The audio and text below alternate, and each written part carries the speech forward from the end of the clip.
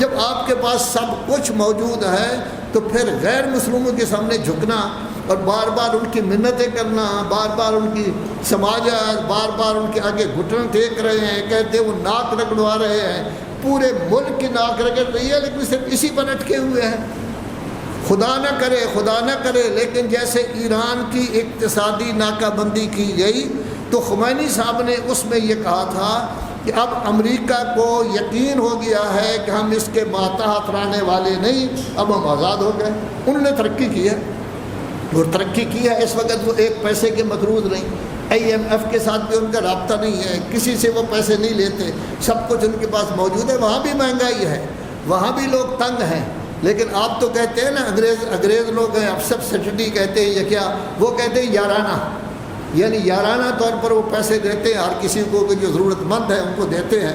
لیکن وہاں آپ جیلوں میں چلے جائیں، لوگوں کے گھروں میں چلے جائیں، آپ کو فروٹ بھی ملے گا، AC بھی ملے گا، ہر چیز وہاں ملے گی، فریج بھی ملے گا، ضرورت کی جتنی چیزیں ہر گھر میں۔ اگر ایک جگہ ایک مکان ہے تب بھی بجلی وہاں موجود ہے، ایک جگہ اگر ایک جزیرہ میں ایک شخص رہ رہا ہے تب بھی وہاں بجلی موجود ہے، ہر قسم کی سہولت موجود ہے، لیکن بہرحال کچھ مہنگائی ہے۔ تو وہ کیوں؟ اس لیے کہ وہ جب بھی تنگ ہوتے تھے تو اس وقت سب کو اکٹھا کرتے ہیں کہ سڑکوں پر آ جائیں، اللہ اکبر 1 منٹ کہیں۔ چنانچہ انقلاب کامیاب ہوا اللہ اکبر کہہ کر، انقلاب کامیاب ہوا، عاشور کے دن کو سامنے رکھتے ہوئے جلوس نکالے گئے، انقلاب کامیاب ہوا اللہ کے لیے۔ پھر جب دعائیں پڑھے گی تو انجز وعدہ نصر عبدہ عز جندہ، وہ دعا پڑھی گئی جو مفاتیح الجنان کے پہلے صفحے پر لکھی ہوئی ہے۔ لوگوں کو دعائے کمیل پڑھا رہے ہیں، مشرول پڑھا رہے ہیں، باقی چیزیں، قرآن مجید کی تلاوت ہو رہی ہے، قرآن مجید باقاعدہ رواج ہے وہاں، وہ پڑھا جا رہا ہے۔ آپ کسی ٹیکسی میں بھی بیٹھے تو قرآن مجید کی کیسٹ لگا کر گنگنا رہا ہوتا ہے، وہ اللہ کی طرف متوجہ ہوئے ہیں، اللہ نے ان کا ہاتھ پکڑا ہے، وہ کامیاب ہیں۔ اے پاکستانیو، آپ بھی عقل کرو، آپ بھی اللہ کی طرف لوٹو، لا الہ الا اللہ کے نام پر یہ پاکستان بنا تھا، اللہ کی طرف لوٹو، اللہ سے طلب کرو۔ الیس اللہ بکاف عبدہ، 24ویں سارے کے پہلے صفحے پر ہے، کیا اللہ تبارک و تعالی اپنے بندے کے لیے کافی نہیں ہے؟ کیا تمام قوتوں کا مالک اللہ نہیں ہے؟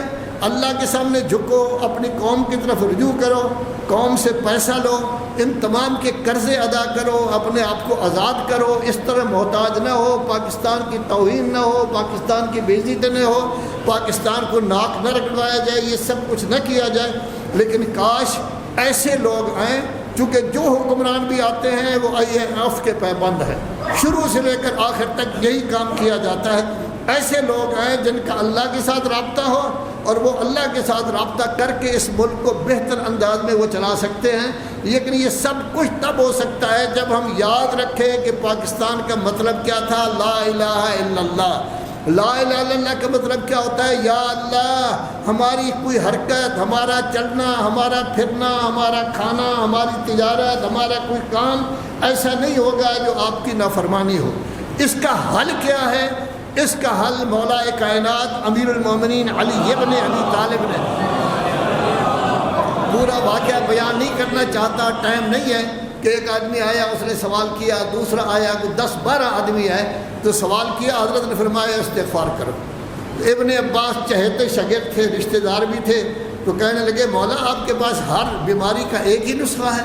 فرمانے لگے نہیں، یہ میرا نسخہ نہیں ہے، یہ تو الہی نسخہ ہے۔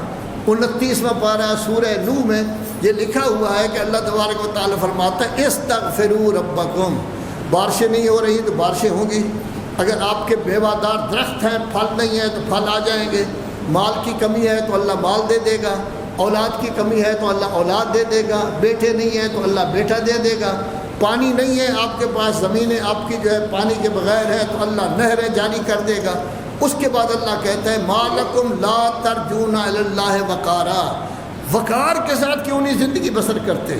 اللہ کی طرف توجہ کرو، وقار کے ساتھ، عزت کے ساتھ، عظمت کے ساتھ زندگی بسر کرو گے تو جب عظمت عزت کے ساتھ آپ کو زندگی مل سکتی ہے تو وقار کی زندگی کیوں نہیں بسر کرتے؟ اب بھی یہی ہے، اللہ تبارک و تعالیٰ کیا کہتا ہے، جب بھی قومی طور پر، ایک تو شخصی غلطی ہوتی ہے، میں غلطی کرتا ہوں یا آپ کرتے ہیں، ہمارے لیے بھی یہی حکم ہے، لیکن جب قومی غلطی ہوتی ہے تب بھی اللہ فرماتا ہے نا امید نہ ہو، بلکہ کیا کرو، انیبوا الی ربکم، یہ 24ویں پارے کی آیت ہے. اپنے رب کی طرف رجوع کرو، لیکن رجوع میں یا اللہ توبہ نہیں، بلکہ اسلموا لہ، اپنے آپ کو اپنے رب کی سپرداری میں دے دو. یا اللہ میں پڑا ہوا ہوں، اگر عذاب دے تو یہ تیرا انصاف ہے، اگر رحم کرے تو تیری مہربانی ہے، میں رحم کے قابل نہیں ہوں. اپنے آپ کو سپرداری میں دے دے. تیسرا کام وَاتَّبِعُوا أَحْسَنَ مَا أُنزِلَ إِلَيْكُم مِّن رَّبِّكُم، اللہ تبارک و تعالیٰ کے جو خوبصورت احکام آپ کے لیے نازل کیے گئے ہیں ان کی پیروی شروع کر دو. تو پہلا کام رب کی طرف رجوع کرو، دوسرا کام اپنے آپ کو رب کی سپرداری میں دے دو، تیسرا کام اللہ کے اچھے تمام احکام اچھے ہیں ان کی پیروی کرو. جتنی پیروی کرتے جاؤ گے گناہ دھلتے جائیں گے، غلطیاں ختم ہوتی جائیں گی، چونکہ آپ کے نیک کاموں کی وجہ سے گناہوں کا کفارہ ہوتا جائے گا، اور ساتھ ہی ساتھ آپ کامیاب و کامران ہوتے جائیں گے. اللہ تبارک و تعالیٰ رزق سے بھی مالا مال کر دے گا، اور پاکستان بھی رزق سے مالا مال ہوگا.